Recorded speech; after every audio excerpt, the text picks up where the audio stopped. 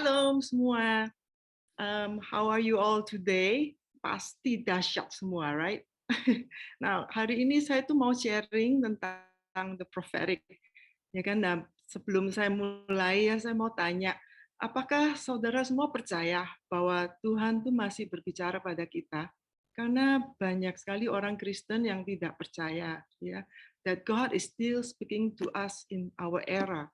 Nah, banyak juga yang menutup pintu-pintu panca indera seperti Gates ya dan lain-lain karena mereka tuh merasa kalau Tuhan itu sudah tidak mungkin gitu berbicara kepada kita, ya kan?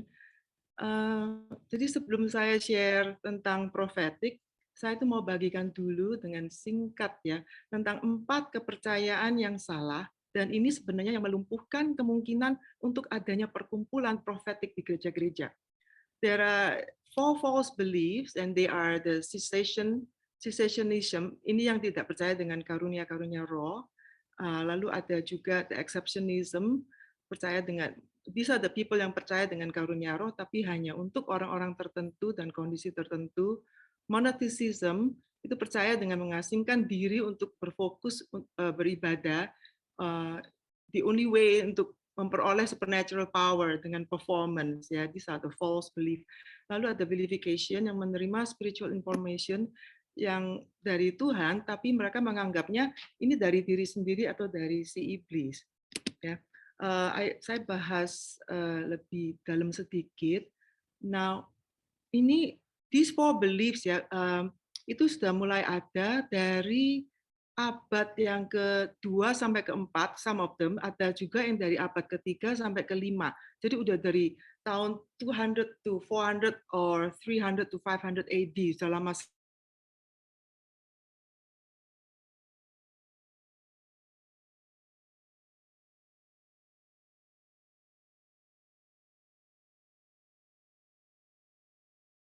pada zaman itu. Dan mereka tidak percaya kalau karunia-karunia roh ini masih bisa beroperasi di zaman kita sekarang. Mereka percaya bahwa gereja itu bisa dituntun oleh prinsip-prinsip dari Alkitab, dari pengajaran, dari contoh-contoh yang ada di Alkitab. Nah, of course that is true, ya kan? Memang kita semua kan berdasarkan dengan prinsip Alkitab, dari ajaran Alkitab, tapi dengan interpretasi yang benar.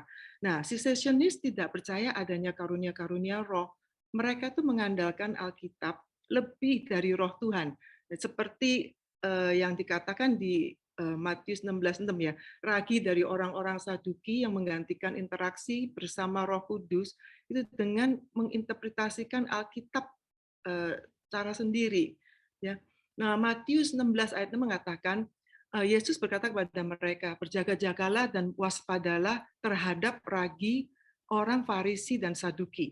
Nah, di Kisah Para Rasul 23 ayat 8, orang-orang Saduki itu mengatakan bahwa tidak ada kebangkitan dan tidak ada malaikat atau roh, tetapi orang-orang Farisi itu mengakui keduanya ini ada.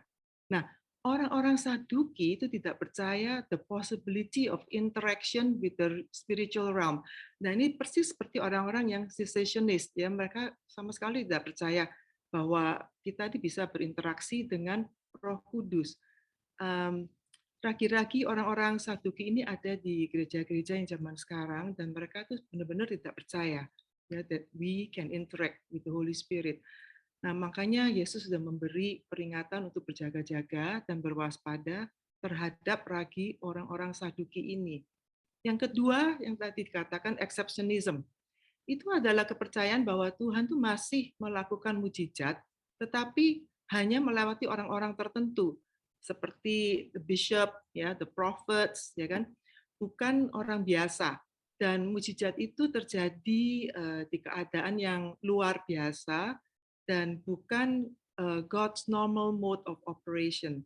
Ya, jadi kalau kita baca di Perjanjian Lama, kelihatannya hanya orang-orang yang tertentu saja kan yang melakukan mujizat. Nah, exceptionism ini juga suggest kalau Tuhan melakukan mujizat di tempat-tempat yang kondisinya itu yang ekstrim gitu. Yang tempat-tempat yang umpamanya tidak ada dokter atau tidak ada akses untuk mendapatkan obat. Ya, jadi mereka itu percaya hanya di tempat tertentu dan melalui orang-orang yang tertentu mujizat itu terjadi. Nah, yang ketiga itu adalah monasticism. Monasticism itu orang-orang yang menarik diri dari kegiatan-kegiatan sehari-hari dan mereka itu menyendiri untuk berfokus pada doa dan meditasi.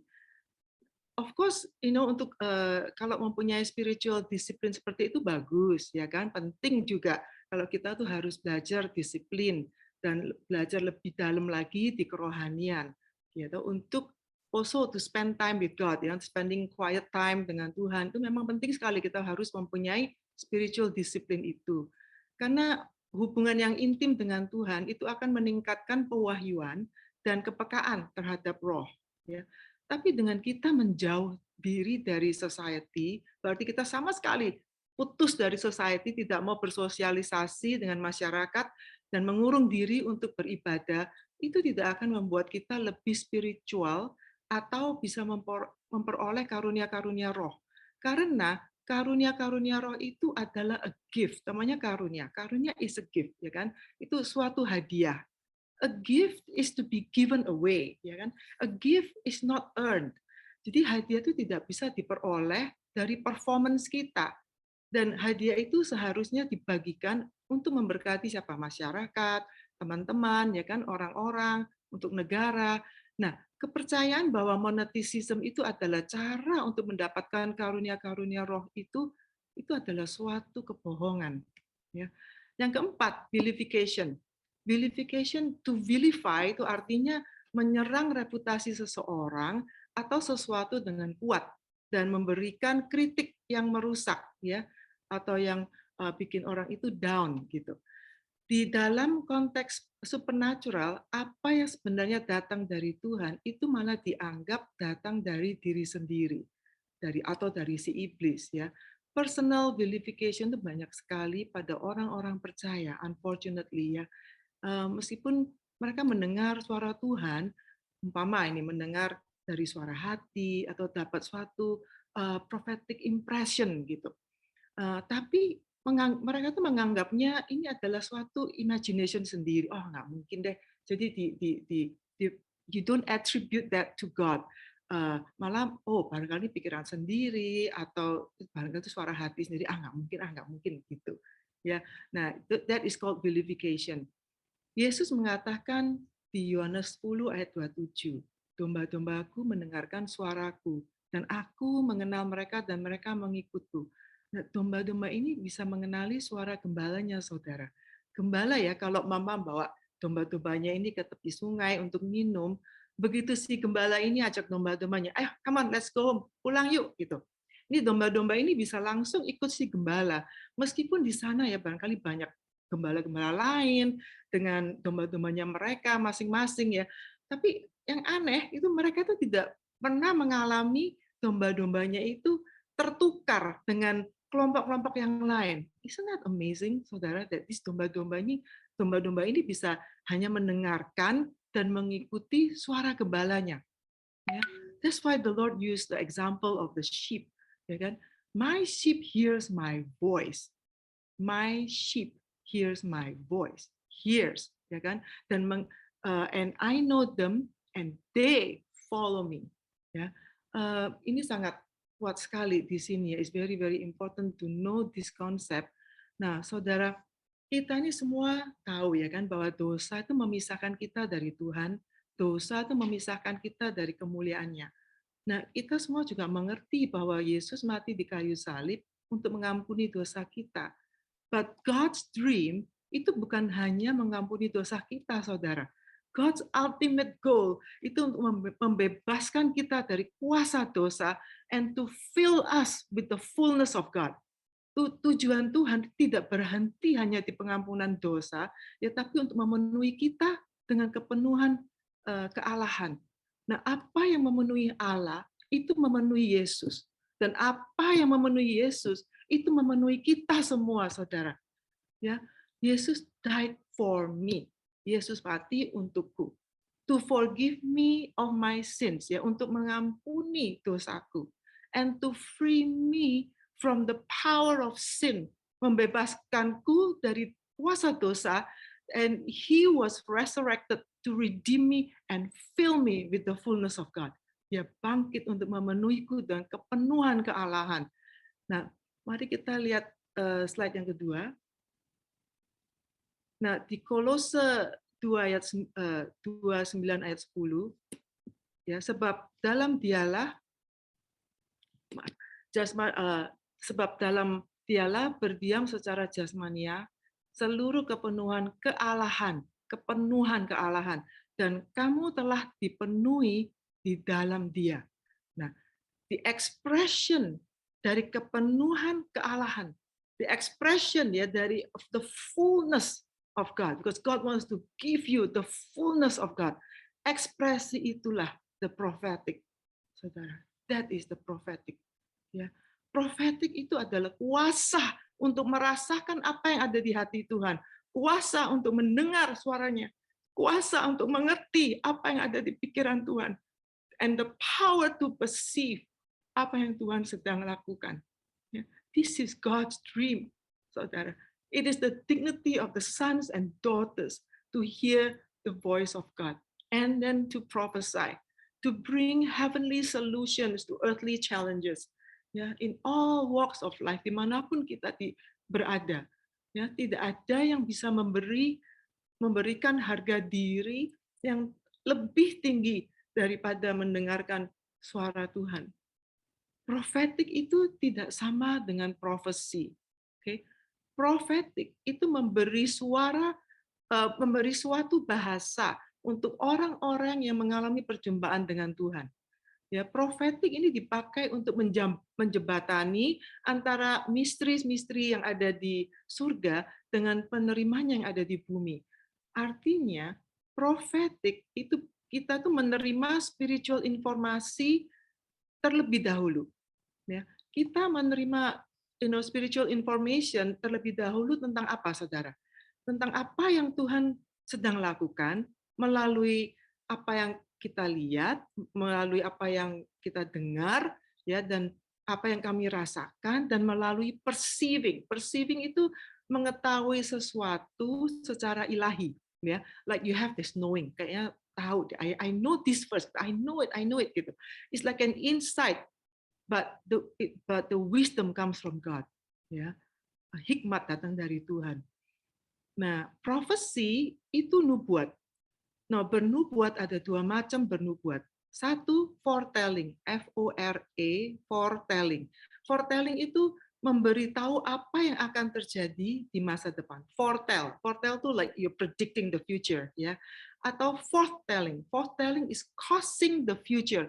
Foretelling, you want to seek to change the present, to cause the future. You change the present to cause the future. That is foretelling.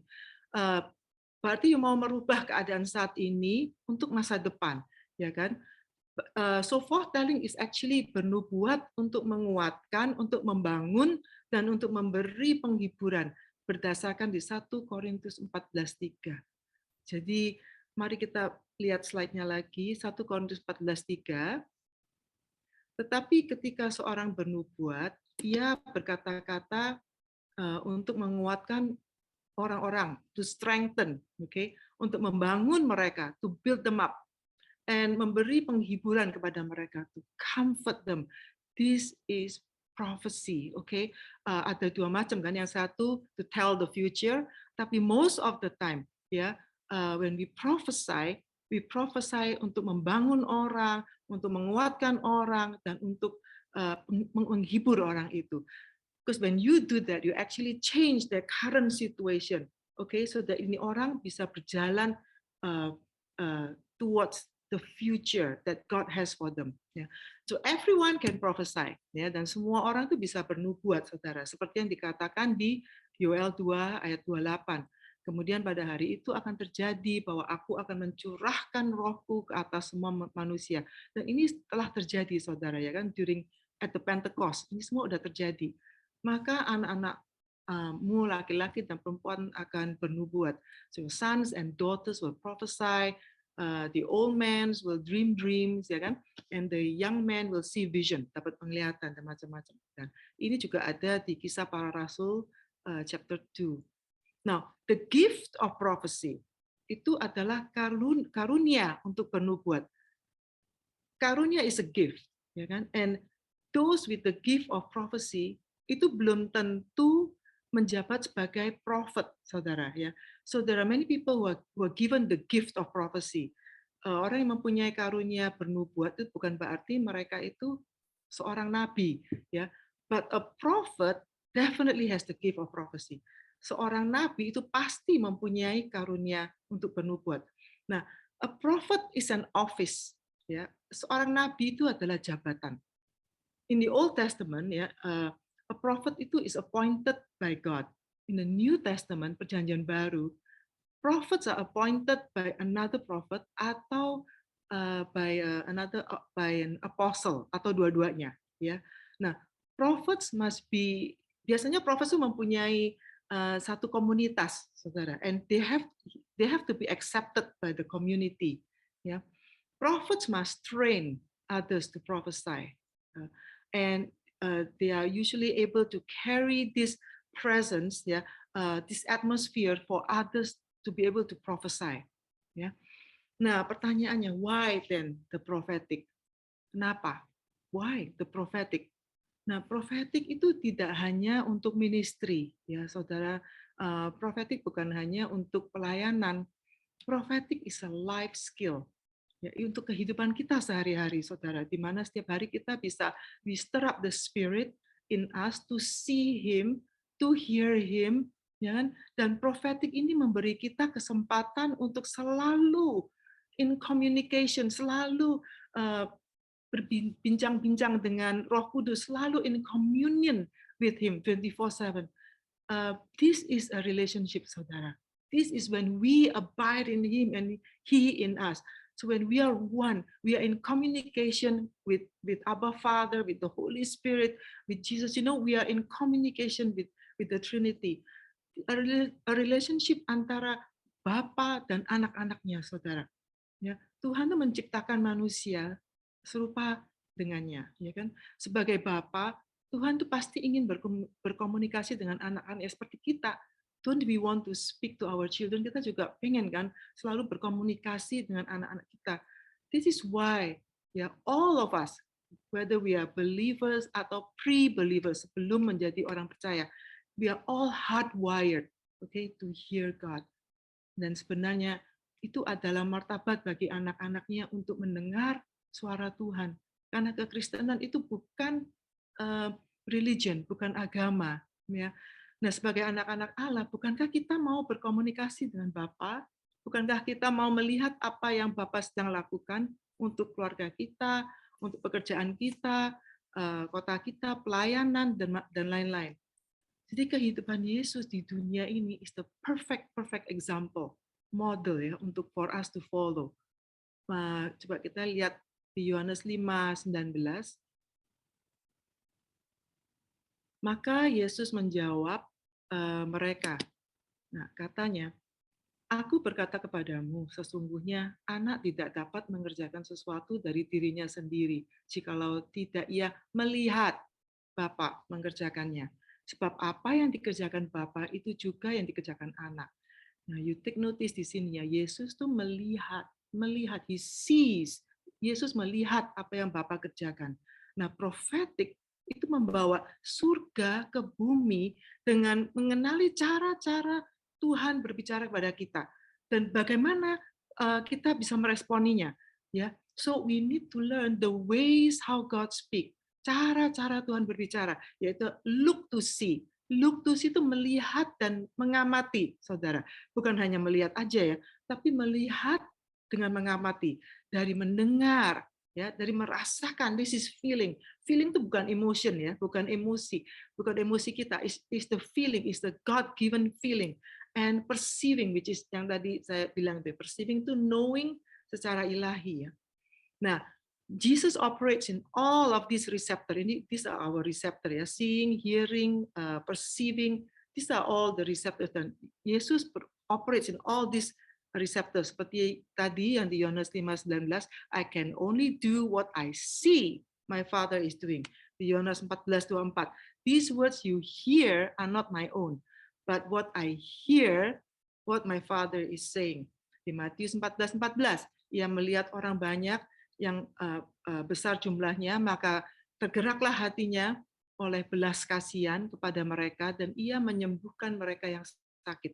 You see, di Matius 14 ini, he was touched, ya kan? He was touched. This is the feeling part, ya. He was touched. He was moved with compassion. He was feeling it. Dia merasakan itu. And moved with compassion itu bukan kita mempunyai compassion aja buat orang. Oh, kasihan ini orang. It's not that, ya. Move with compassion in such a way sampai kita nih have to do action, you have to do something. So Jesus in this case, he was moved with compassion because he was feeling it. Dia merasakan, lalu dia membuat menyembuhkan orang yang sakit. So he does something, action. Jadi move dengan feeling yang dari ilahi, and then what did he do? Dia menyembuhkan orang sakit. Di Lukas 5 ayat 22, Jesus perceiving their thoughts and said to them. Jadi Yesus mengetahui pikiran mereka, lalu berkata kepada mereka, apakah yang kamu pikirkan dalam hatimu? Knowing, perceive their thoughts, bisa tahu sebelumnya apa yang dipikirkan itu orang. Nah, tantangannya itu bukan kita tidak mendengar suara Tuhan, saudara. Tantangannya, the challenge, ya, itu untuk kita bisa mengenali cara-cara Tuhan berbicara, the ways how God speak, cara-cara Tuhan berbicara. Nah, saudara, di Amerika ya, prophetic company yang dipimpin oleh Pastor Dan McCollum itu telah mengembangkan prophetic untuk life skill, ya. Jadi dia udah mencoba to do it in the life skill, jadi di luar dari gereja, di luar ministry, ya, yaitu memakai prophetic untuk mencari orang-orang yang hilang, orang-orang yang diculik, saudara, seperti missing children, anak-anak yang hilang, anak-anak yang diculik, dan mereka tuh sudah mempunyai lebih dari 4.000 kelompok, they call them finders, ya, di seluruh Amerika, dan mereka bekerja sama dengan polisi, saudara, untuk memberikan actionable data to find the lost, ya, melalui prophetic, saudara. Mereka itu berkelompok gitu ya, groups of people. It's not one person, they all work in groups ya. Dan mereka tuh mendapatkan informasi seperti alamatnya di mana, lalu they see, ini semua pakai spiritual intelligence, plat nomor mobilnya itu berapa, lokasinya di mana, nama orang, area, the city, the house description. Ya, saya itu pernah coba ikut sama mereka, is very interesting. Dan with the prophetic ya, mereka tuh sudah bisa menyelesaikan banyak misteri, banyak ini kasus-kasus yang anak-anak diculik, saudara. Dan anak yang ada yang sudah umpamanya hilang 2,5 tahun ya. Nah, it took them karena polisi lapor ke mereka, ini ada anak yang sudah hilang 2,5 tahun, they couldn't find the kid. Tanda mereka melalui prophetic, it took them only 2 days, 2 hari, saudara, untuk menemukan anak itu. Puji Tuhan, saudara. Dulu orang-orang tuh cari peramal, ya. Sekarang polisi dan masyarakat pergi ke gereja, saudara, untuk mencari heavenly solutions, ya. Dan mereka sekarang mau coba mempraktekkan ini di government, ya, di politik, di area politik, dan juga di finance, ya. Cuman saya masih belum ngerti how they do this actionable data di these two mountains. Sorry, I'm so dry.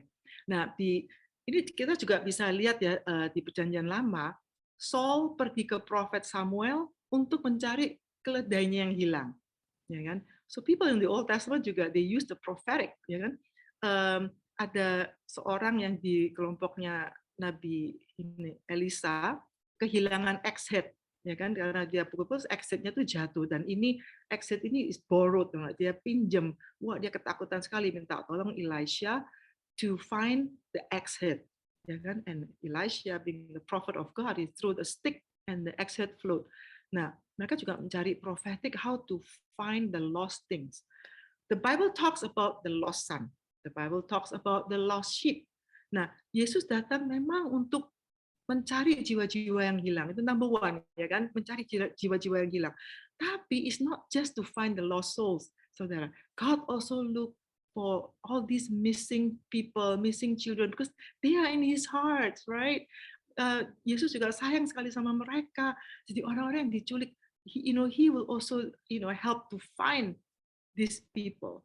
Ya, jadi saudara, saya tuh benar-benar mau encourage ya semua teman-teman to stir up the gift that is in you.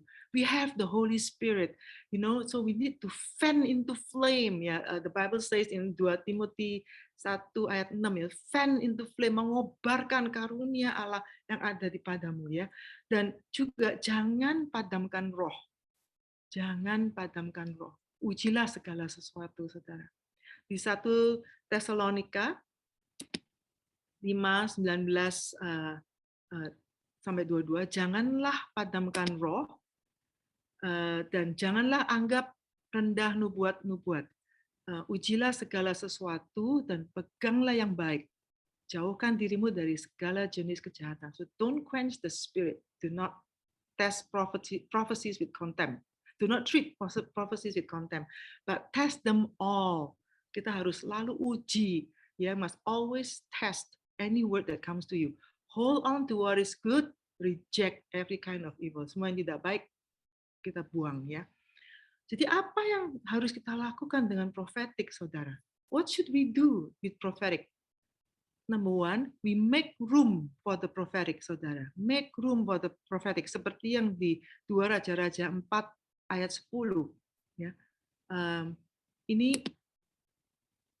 di sini, oke, ini adalah cerita seorang wanita Sunem yang mengenal Elisha sebagai a holy man of God.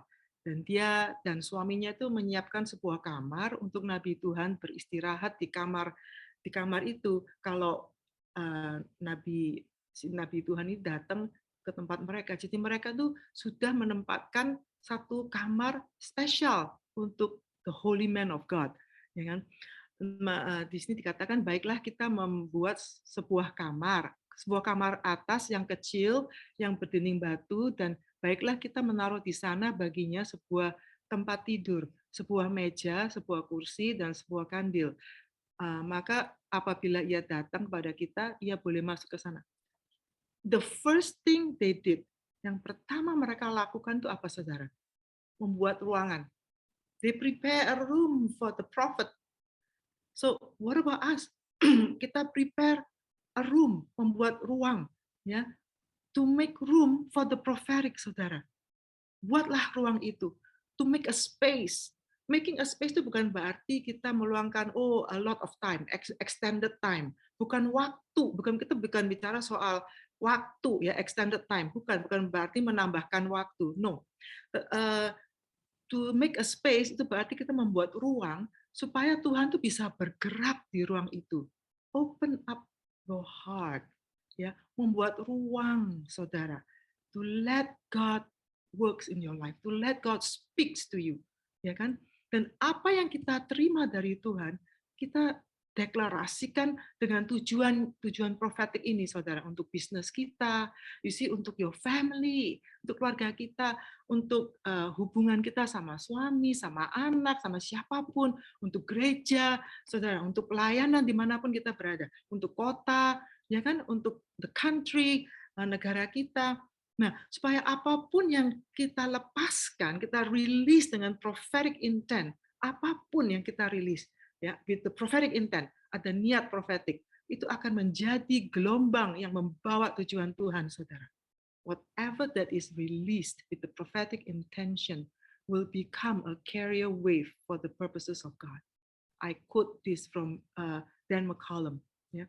Dan itu akan menjadi suatu pesan, saudara, suatu message untuk atau suatu atmosfer yang kita bisa measure. Ya. No, so God is very personal dan Tuhan itu sangat praktis, saudara. Dia tahu semua apa yang kita butuhkan. So with that said, ya, kita ini bisa operate in a prophetic as a lifestyle. Saudara, lifestyle day to day, tiap hari, every moment, every second, tidak hanya sebagai ministry, ya. Jadi nggak hanya untuk profesi, untuk prophesy, untuk bernubuat, ya, that is very good, memang yang di encourage ya di 1 Corinthians 14 that we should desire the gift of prophecy, ya kan, kita harus menginginkan karunia untuk bernubuat. Nah, dan di ministry kita juga memakai bisa untuk interpretation of dreams and vision, interpretation of tongues, ya, the word of knowledge. Nah, prophetic intercession itu tidak sama dengan intercession, saudara. Intercesi, ya, prophetic intercession itu lain. Intercession is standing in the gap for someone or something, but the prayer comes from the overflow of our heart, our mind, our spirit, ya, for this person, for someone or something to God. Jadi naiknya ke atas, ascending manner. Nah, prophetic intercession itu the overflow of what comes from the heart of God, what comes from His mind, and the overflow from His Spirit through this person to others or to something, declaring it on earth as it is in heaven. This is a descending order, descending manner. Ya, likewise, sama juga dengan prophetic art. Itu berbeda dengan normal art. Prophetic worship is different dengan worship. Prophetic act, ya. Nah, semua yang namanya prophetic itu mendapatkan spiritual information dari surga. It's in a descending manner. Jadi apa yang kita terima, we express it on earth, either through singing, through word, dari perkataan, dari nyanyian, atau dari prophetic act, atau prophetic gambar, prophetic art. Ya. Nah, apa yang kedua? Tadi yang pertama meruangkan waktu, meruangkan make a space. Ya. Yang kedua, to watch or to look to see what God is saying. Watch or look to see what God is saying. Jadi kita harus perlu melihat dan mengamati apa yang Tuhan sedang katakan, saudara. Mari kita baca di Habakuk 2 ayat 1.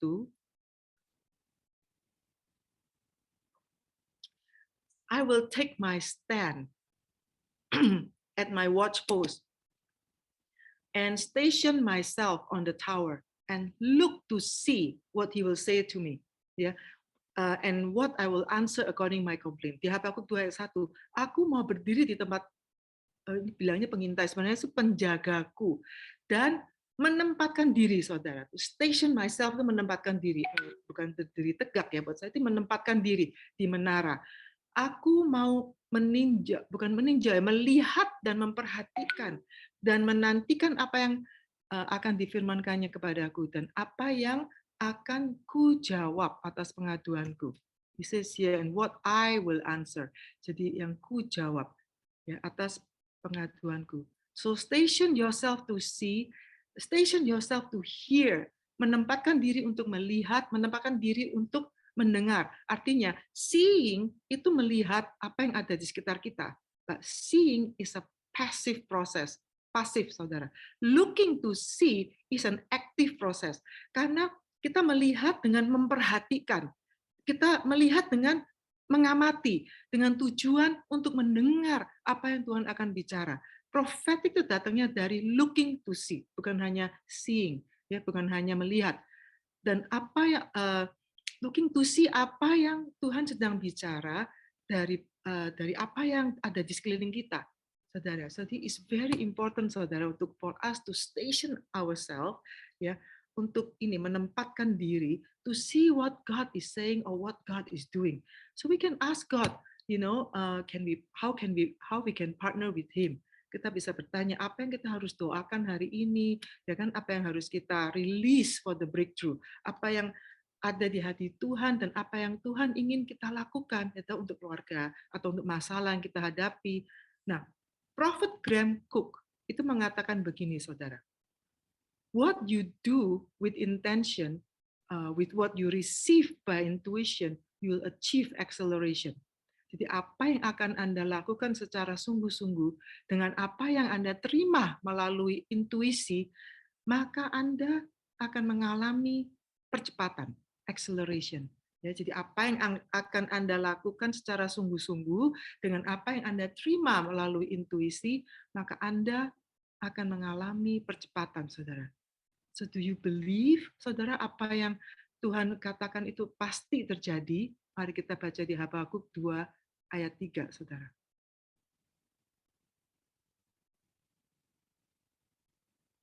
Sebab penglihatan itu masih menanti saatnya.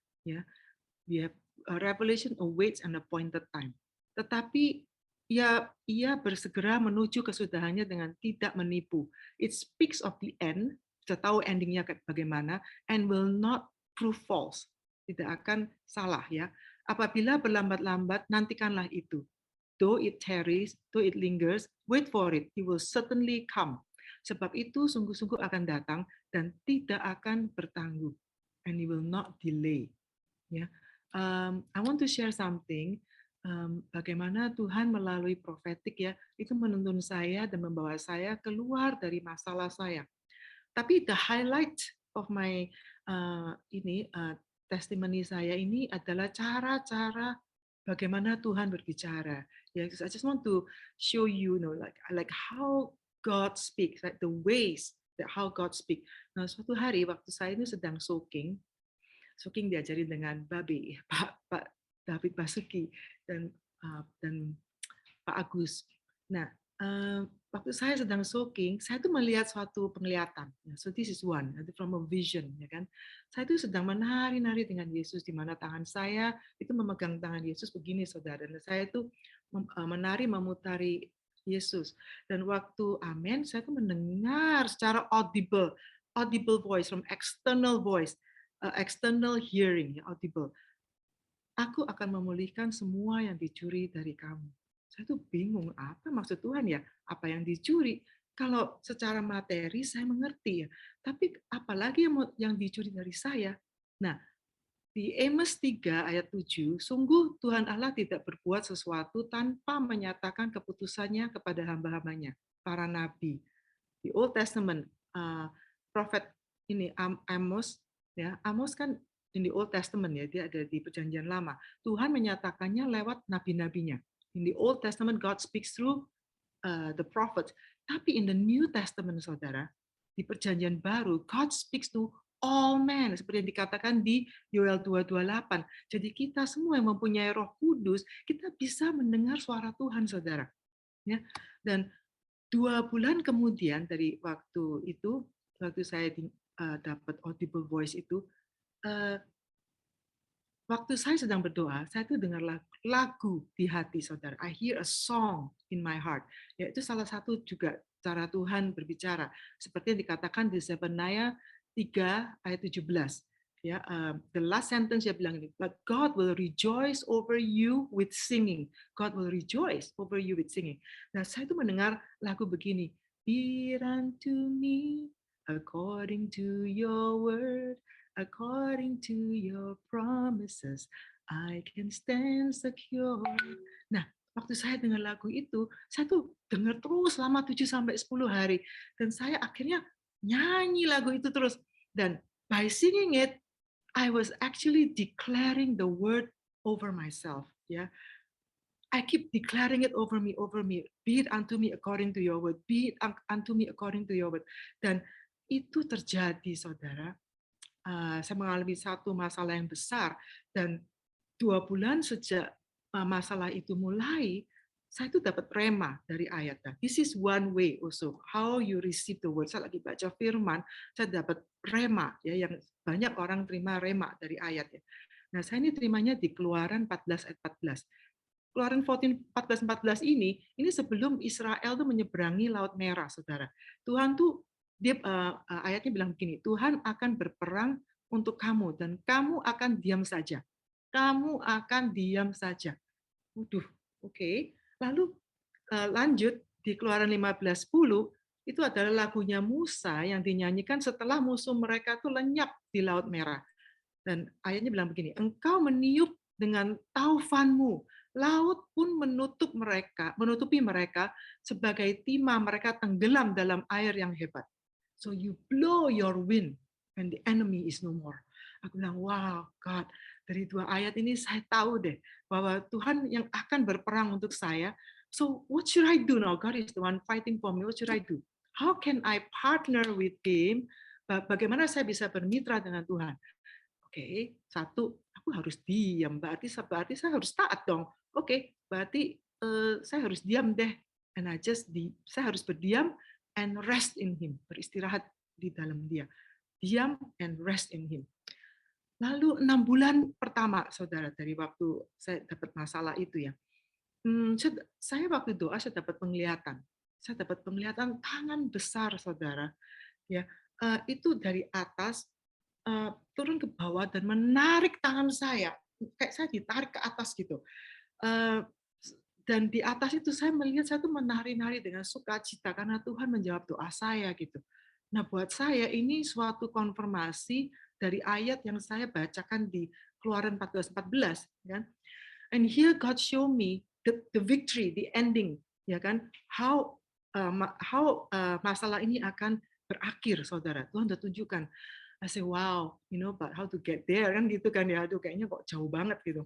Nah, berapa bulan kemudian dari situ saya itu melihat darah Yesus seperti China Wall, ya, tinggi sekali dan panjang di belakang saya. Saya itu mendapatkan revelation seperti ini, Saudara. Yesus itu telah membayar harga yang sangat mahal untuk membeli masa lalu saya. Saya tidak boleh lagi melihat ke belakang atau mengintip pun ke masa lalu, karena Tuhan itu sedang membuat sesuatu yang baru. Terus saya dapat Yesaya 43:19, Saudara. Lihat, aku hendak membuat sesuatu yang baru, yang sekarang sudah tumbuh. Belumkah kamu mengetahuinya? Ya, aku hendak membuat jalan di padang gurun dan sungai-sungai di padang belantara. Nah, secara roh, meskipun masa lalu itu telah tertutup oleh darah Yesus, nah secara jasmani, Saudara, waktu itu saya tuh, ya namanya manusia ya, saya tuh masih mau ngintip-ngintip ke belakang gitu, Saudara.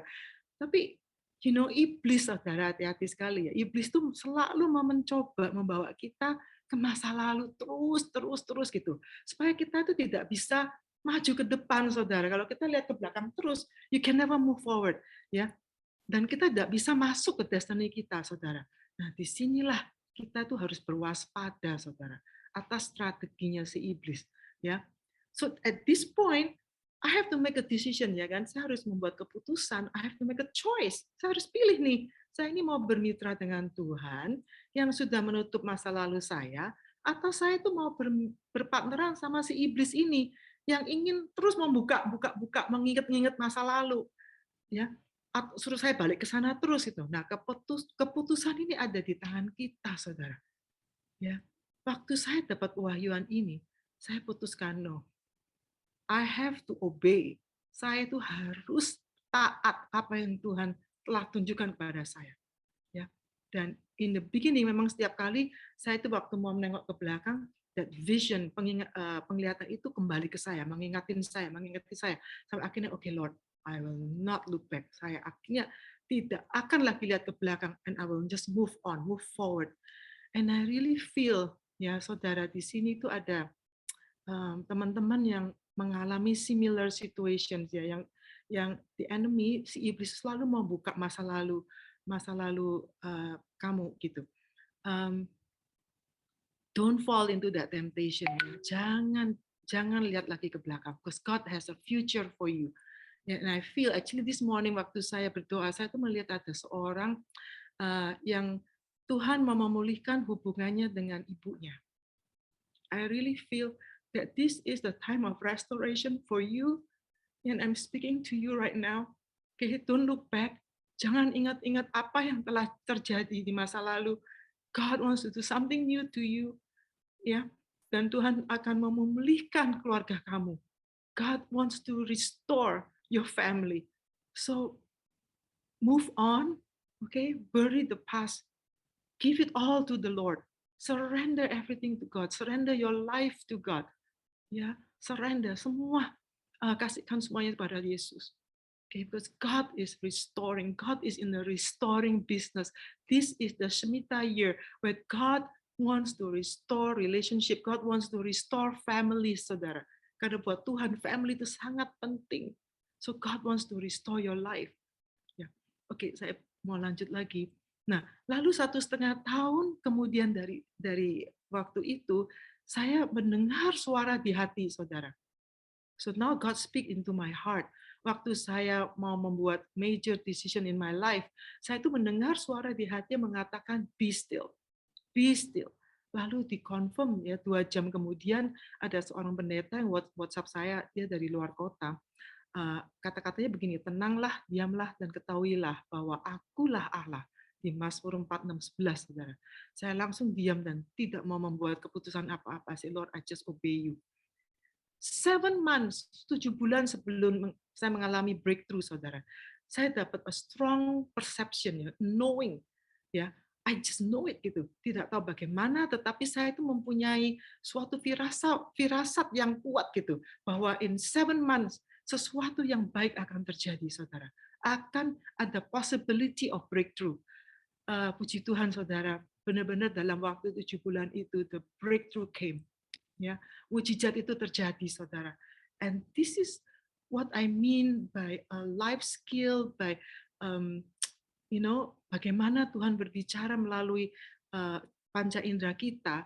Ya, if you make room for the prophetic, ya, dalam waktu 3 tahun ini Tuhan itu menuntun saya dengan terus-menerus berbicara dan melatih saya untuk mendengar Dia melalui semua reseptor, ya, dari internal, external seeing, internal, external hearing, from perception, dari rema dan lain-lain, saudara. These are just some examples, saudara.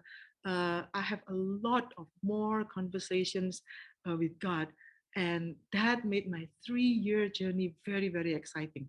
Ya, saya banyak sekali, kalau nggak habis. Ya, dan saya tahu 3 tahun ini adalah my training ground. Ya, Tuhan tuh sedang melatih iman saya, kepekaan untuk mendengarnya in all the different receptors, saudara, dan belajar untuk complete surrender. Yang susah is to have a complete surrender to Him, dan belajar untuk taat, saudara, taat and complete surrender. Ya, dengan semua yang terjadi, saudara, and all the trainings that I have, the breakthrough for me personally, is actually God affirming my identity as His daughter. Ya, saya itu sangat jadi pede karena waktu Tuhan bicara, He's going to fight for me, He fought for me. Ya, and saya berasa, if God is for me, who can be against me? Who can be against me, saudara? Tuhan menyatakan kemenangan ada di tangan kita, because you made Him, because I made Him the only one. I made Him my beloved. I made Him the one whom I love so much. And saya sangat mengandalkan Tuhan. Ya, and He showed me step by step, saudara. So prophetic itu is to see, to hear, ya kan, untuk melihat, mendengar terlebih dahulu. Dan Tuhan itu selalu berbicara sebelum sesuatu terjadi, saudara.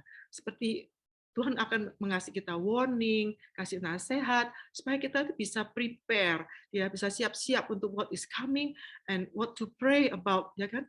Dan we can ask also for clarity, what to do and how to align with Him. Saya tuh belajar satu hal, ya, saudara, dan kunci dari breakthrough ini, salah satunya, ya, banyak sekali, of course you need to have endurance segala macam. But salah satu yang saya belajar di sini itu adalah ketaatan, saudara. Karena between the word that is released, ya, and the promise dari mujizat itu, it's a process, saudara. Kita harus mengalami proses ini, saudara. And God is interested in our process. Jadi to go dari point A ke point Z itu secara proses kita harus melewati apa? B, C, D, ya kan? Dan setiap kali kita taat, kita lanjut ke step berikutnya, saudara. Taat di B, kita ke C. Taat di C, kita ke D, dan seterusnya, saudara. Nah, our spiritual growth, ya, itu depends on the rate of our obedience, saudara. The faster you obey, the faster you move forward. Ya, jadi kita punya pertumbuhan rohani itu tergantung dengan how much kita obey, how far we obey Him. Ya, kalau kita tidak taat, ya kita akan berputar-putar di tempat yang sama, saudara. Bahwa kita stuck di C, ya terus kita akan di situ, saudara. Seperti yang kita belajar di Keluaran, bagaimana Musa dan that whole generation tidak bisa tidak bisa masuk ke tanah perjanjian. Now back to Habakuk 2:1, ya. Jadi tujuan profetik itu untuk melepaskan apa yang Tuhan katakan, saudara. Apa yang Tuhan sedang kerjakan untuk keluarga kita, ya kan, for the marketplace, pelayanan kita. Dan ini akan terjadi pada waktu kita membuat ruang, ya, dan menempatkan diri, you position yourself, ya, you station yourself untuk apa? Melihat dan mengamati, look to see, what God is doing. Apa yang Tuhan katakan untuk masalah kita, untuk whatever you're facing, whatever you're praying for. Ya, jadi saya mau kasih testimoni lagi nih. Aduh, kayaknya waktunya kok udah cepet ya. Nah, ini saya mendapatkan penglihatan waktu bulan Maret kemarin nih, saudara ya. Saya tuh dapat penglihatan Robin Hood, saudara. Nah, Robin Hood ini sedang mau memanah sesuatu. Dia begini. Lalu saya dengar kata-kata the hat, topi, topi, topi. Lalu tiba-tiba Peter Pan muncul, saudara. Kok ada Peter Pan ya di sebelah Robin Hood? Nah, Peter Pan ini muncul di samping si Robin Hood ini. Dia lagi fluttering gitu ya, terbang-terbang begini next to Robin Hood. Again, saya dengar kata-kata the hat. Setelah amin, saya itu langsung Google topinya si Robin Hood ini, saudara, dan topinya Peter Pan. Dan saya kaget sekali, saudara, mereka berdua itu memakai topi yang sama. Padahal ceritanya kan sangat berbeda, satu kartun, satu orang. Terus, ya di movie kan begitu ya, kebanyakan si Robin Hood ini manusia. Kalau Peter Pan kebanyakan di kartun, tapi sekarang juga sudah ada yang human gitu ya. Nah, justru saya tidak pernah perhatikan topi mereka. Who would think about topi gitu kan? Nah, mari kita lihat slide-nya. Ini topi ini yang saya dapat, saudara. Dua-dua, Peter Pan's hat dan Robin Hood hat. Pewahyuan yang saya terima itu begini, Robin Hood dan Peter Pan itu mereka berdua memakai topi yang sama, kan? Artinya apa? The assignment is the same. Tugasnya itu sama. Jadi Robin Hood itu adalah sosok yang sangat memperhatikan orang-orang yang miskin, ya kan, di negaranya dia gitu. Nah, dia tuh mencuri harta orang kaya untuk dibagikan kepada yang miskin. Nah, Peter Pan itu adalah sosok yang membebaskan dan membawa anak-anak yatim piatu itu untuk bersenang-senang, ya kan? Untuk he entertain them, dia membuat anak-anak yatim itu bahagia gitu. Nah, saya memang ada bantu di Yayasan Pondok Kasih untuk keperluan orang-orang miskin dan juga menggalang dana untuk keperluan waktu itu di NTT ya, during the pandemic ini di Kabupaten Malaka. Nah, Tuhan langsung mengingatkan saya jangan lupakan anak-anak yatim yang ada di sini di Jakarta. Saya memang ada mantu di Yayasan Abigail ya yang dikelola oleh seorang pendeta. Nah, setiap akhir tahun biasanya itu mereka pergi ke tempat wisata gitu ya untuk bersenang-senang. Tapi 2 tahun terakhir gara-gara ada pandemik, mereka tuh tidak kemana-mana, saudara. Di sini Tuhan tuh ingatkan saya, jangan lupakan mereka. Saudara saya itu langsung hubungin Abigail. Dia bilang, aduh, atur mereka untuk ke outbound activity di Bogor, karena itu yang mereka mau ya. Nah, saudara, this is what I mean by, prophetic ya. With the prophetic, kita itu akan melakukan apa yang Tuhan inginkan gitu. Jadi it's not what I want to do, what we want to do, tapi apa yang Tuhan arahkan. Nah, saya itu sangat ini ya, kaget sekali kalau God can speak this way gitu melalui topinya these two characters gitu, and untuk mengingatkan saya don't forget anak-anak ini, kasihan mereka tidak pernah keluar dari rumah yatim piatu ini karena pandemik ya kan, dan Tuhan tuh ingatkan kita perlu menghibur mereka juga. Oke, saya mau cepat lanjut. Yang ketiga, to pull your future ya into the present, saudara. Jadi kita menarik masa depan kita ke masa saat ini. Ini ada di 1 Chronicles 25 ya, Raja Daud itu mempunyai prophetic worship team ya kan. Asaph was the gatherer, dia mengumpulkan. So he prophesied under the direction of King David, Raja Daud. Jeduthun he was the prophetic worshipper ya, and Heman was the king seer. Jadi mereka semua itu ngapain, saudara? Mereka semua itu train the people in the prophetic. Ya, so di sini saya mau tekankan bahwa prophetic can be trained, saudara. It can be trained. For example begini ya, ada orang yang gifted untuk main piano atau gifted to play gitar. Tanpa perlu belajar, a gifted person itu pasti bisa dengan sendirinya duduk di piano atau ambil gitar langsung main, saudara. Nggak usah diajarin, dia otomatis bisa tahu itu. Nah, tapi banyak orang yang perlu belajar how to play piano, how to play gitar, gitu kan. Nah, ini bukan berarti yang belajar itu tidak bisa main lebih baik dari yang gifted, saudara. we all have to learn, we all have to be trained, ya kan? Dan by practicing a lot, we can be good at it. Benar? Nah, ini sama dengan spiritual, saudara. There are people that are given the gifts, ya, seperti the gift of prophecy. Ada orang-orang yang memang diberi Tuhan karunia-karunia ini, karunia umpamanya prophecy. Tapi buat yang tidak mempunyai karunia untuk bernubuat, Anda juga bisa belajar, dan dengan training and constant practice, ya Anda akan bisa bernubuat. Nah, saudara jangan salah, training dan belajar bernubuat itu bukan berarti ada caranya bagaimana bernubuat, bukan. We are trained how to hear. Trainingnya itu bagaimana kita bisa mendengar cara-cara Tuhan berbicara, ya. Dan praktis bagaimana praktisnya? Praktisnya itu dengan activation, ya. Melalui cara-cara Tuhan berbicara, we have to engage with the Holy Spirit. Selalu tanya Roh Kudus. Apa maksudnya ini? Apa yang kita lihat, apa yang kita dapat, we must always ask the Holy Spirit, what does it mean and how do you give the prophecy? Bagaimana kita deliver this prophecy? Ya, mari kita baca di Ibrani 5 ayat 14. Tolong slide-nya ya, makasih. Tetapi makanan keras adalah untuk orang-orang dewasa. The solid food is for the mature, yang indera rohaninya menangkap hal-hal yang surgawi, whose spiritual senses, spiritual senses ya, itu perceived heavenly matters, dan mereka telah terlatih dengan baik. See, and they have all been adequately trained oleh apa yang mereka sudah alami, sehingga muncul dengan pengertian antara apa yang benar-benar sangat baik dan apa yang jahat dan berbahaya, to discern what is good and what is evil or harmful. Yeah. So when you speak of new things by pulling what is in the future to the present, you're actually changing the atmosphere of the current state. Ya, mari kita lihat Yesaya 42 ayat 9. Tolong slide-nya. Nah, nubuat dahulu, yang dahulu sekarang sudah menjadi kenyataan. Nah, ya, sekarang sudah menjadi kenyataan. Hal-hal yang baru hendak kuberitahukan. The old things have taken place and all the new things I declare.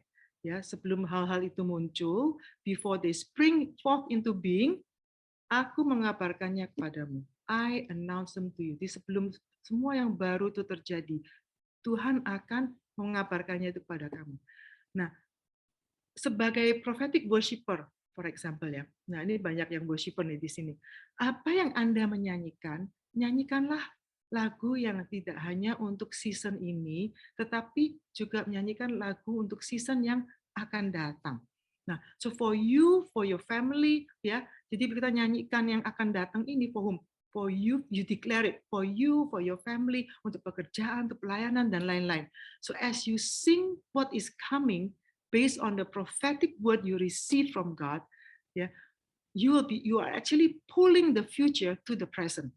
Your declaration will determine your experience. Jadi apa yang Anda deklarasikan itu atau diperkatakan maupun di nyanyian itu akan menentukan pengalaman Anda, saudara. Karena saudara itu bisa merubah atmosfer di saat saudara bermitra dengan apa yang Tuhan sedang bicarakan. Ya, it may not fit now, ya, karena your current structure or situation itu masih begini, umpamanya. In the future is like that, umpamanya begitu ya. So jadi the current structure it may not fit now, ya.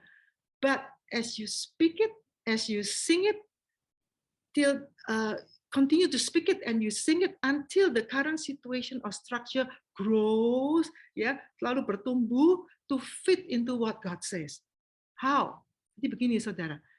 As you agree with the word, okay, by speaking it, by singing it, waktu kita do it all the time. What are we doing?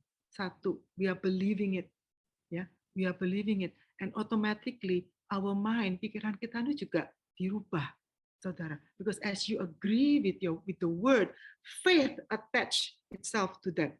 Iman itu kayak cling to that, ya. Jadi kita, as we sing it ya, and satu hati kita mulai percaya, ya kan? It takes time, lama-lama kita percaya gitu. Lalu pikiran kita juga diperbarui, saudara, ya, to align with the heart. And this is what I find, ya. As we are doing that berhari-hari, ya, God will direct your step by step, day by day. Lalu kita will grow. We grow bit by bit. Ya, as we grow in your current structure, ya, you keep growing in your current structure so that at that appointed time, your structure is big enough to fit into what God says. Ya, this is how I find. This is what I did. Ya, beberapa saat yang lalu Tuhan tuh juga berbicara melalui anjing saya. Okay, I will close after this testimony, ya. Tuhan tuh berbicara melalui anjing saya. Si All ini my little white pom. Ya. Dan All itu begini, saudara. Tiap kali dia mau duduk sama saya, she will always stand. Dia berdiri lalu dia garuk-garuk gitu. Kadang-kadang dia barking, ya. Lalu dia garuk-garuk. Waktu saya mau angkat dia, lucu. Si All itu bisa memposisikan punggungnya ke saya supaya saya bisa ngangkat dianya itu gampang gitu. Terus he always does that. Nah, lalu one day he did the same thing, ya kan? Dia garuk-garuk. Waktu saya mau angkat, he position himself for me to carry. I heard a voice, saudara. Saya dengar suatu suara. Do you position yourself to receive what you've been praying for? Saya kaget sekali loh, saudara. God is talking about what? Alignment of steps.